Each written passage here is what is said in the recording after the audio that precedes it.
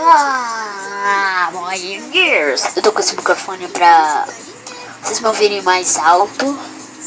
E aqui eu vou fazer um vídeo de perguntas que me perguntaram lá. Algumas perguntas no Twitter. Vamos ver a primeira pergunta. A primeira é: quantos anos você tem? Olha, não pretendo falar uma idade, mas eu tenho. Vou falar só pra vocês, tá?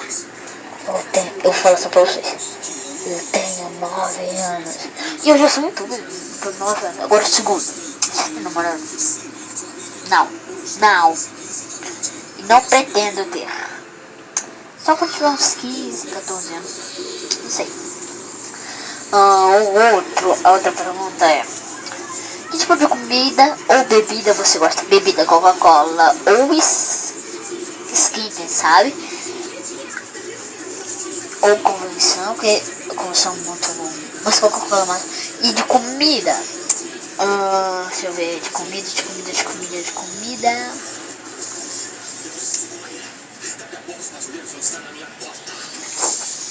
Carne com arroz, feijão, macarrão. Essa comida que eu gosto. Porque assim, eu vou no restaurante e só dão essa comida pra mim o tempo todo. Agora sobremesa.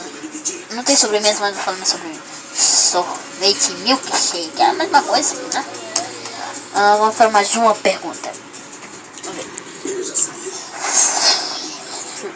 Que tipo de não você queria em vez do seu?